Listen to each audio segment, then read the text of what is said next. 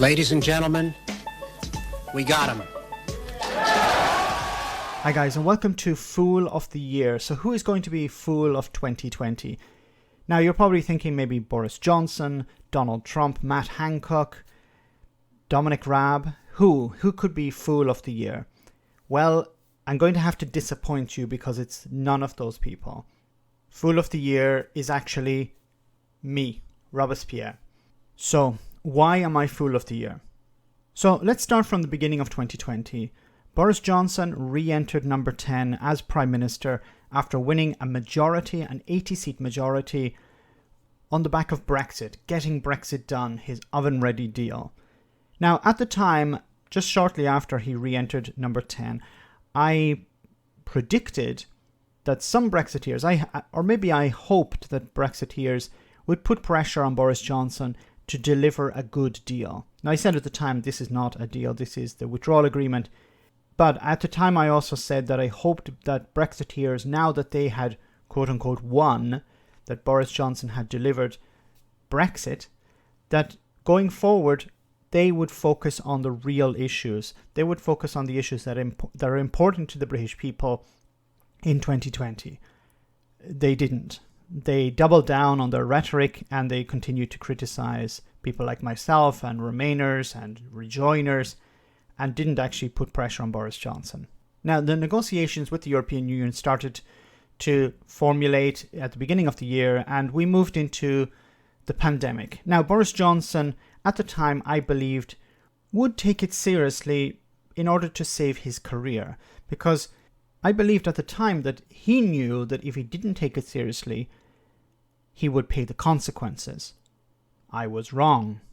Even though the government were making a lot of mistakes at the beginning, support for the government went up.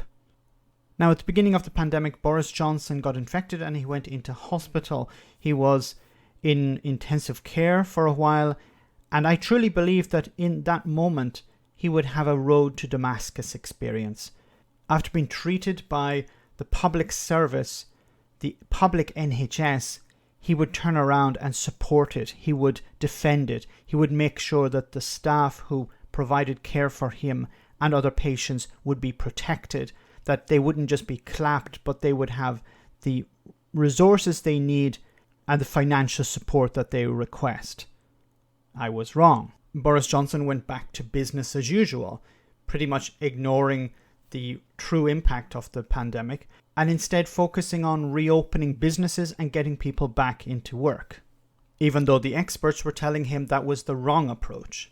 I believed that after the disaster of the first wave, he would listen to the scientists, he would listen to SAGE. I was wrong. Then there was the fiasco surrounding Dominic Cummings. I believed at the time, look, Dominic Cummings cannot stay in that position. He will eventually be fired by Boris Johnson. He's creating too much of a distraction. He's undermining the effort to deal with the pandemic. If he's not fired, at least the Conservative Party would put pressure on Boris Johnson to get rid of him. I was wrong. Dominic Cummings remained, and Dominic Cummings remained for a significant amount of time. Now, across the pond in the US, at the beginning of the year, there were the primaries for the candidates to run against Donald Trump on the Democratic side. And I believed that the American people, the Democratic Party, would rally behind Bernie Sanders. I was wrong. They decided instead to go with the old reliable Joe Biden. Now, at the end, Joe Biden did win the presidency. However, I don't see Joe Biden working hard for ordinary people. He's not supportive of Medicare for All, which is, I think, fundamental to dealing with this pandemic and making sure that people are protected. The working class are going to suffer once again. They needed somebody like Bernie Sanders in the White House fighting on their behalf. They won't have that. And at the beginning of the year, I truly believed that Bernie Sanders was going to win it. I didn't think the establishment in the Democratic Party would rally around Joe Biden and force Bernie out to fight against Bernie, but I was wrong. A bit like Boris Johnson, I truly believe that Donald Trump would eventually take this pandemic seriously because it would damage his chances at regaining the White House. and I was wrong there. He did not take it seriously. He went in the opposite direction. And even when he had suffered the consequences himself of the pandemic, he continued to ignore the reality on the ground. Now let's return to the UK once again, and we have Matt Hancock. Now, Matt Hancock, I believed, would have a better approach to supporting the NHS, making sure that they have PPE, not giving out contracts to donors of the party or friends of Matt Hancock himself, or people who have, or companies who have no business in producing PPE, or middlemen who are going to take a cut from the sale of this PPE. I didn't think he would do that. I was wrong. Matt Hancock, even though he meets with members of the NHS every day, he speaks with them, he interacts with them, he was willing to throw them under a bus as well. Now, Boris Johnson, his interaction with the NHS was quite limited. Matt Hancock meets with them on a daily basis. How could he look them in the eye and say to them, don't worry, I'm going to fight for you, I'm going to make sure you have everything you need? I truly believed he would do that. I was wrong. And then there was Keir Starmer. Now, I truly believed that Keir Starmer would be savvy enough when it came to this Brexit deal, that he would be intelligent enough to play the political game in order to protect himself from criticism in the future. I truly believed he would go with a free vote in Parliament. He would allow his MPs to vote according to their conscience. I was wrong. He instead put his support fully behind the government, fully behind this deal. Now, I could be wrong in criticizing him. Perhaps in the future his position will be vindicated. He will have made the right decision.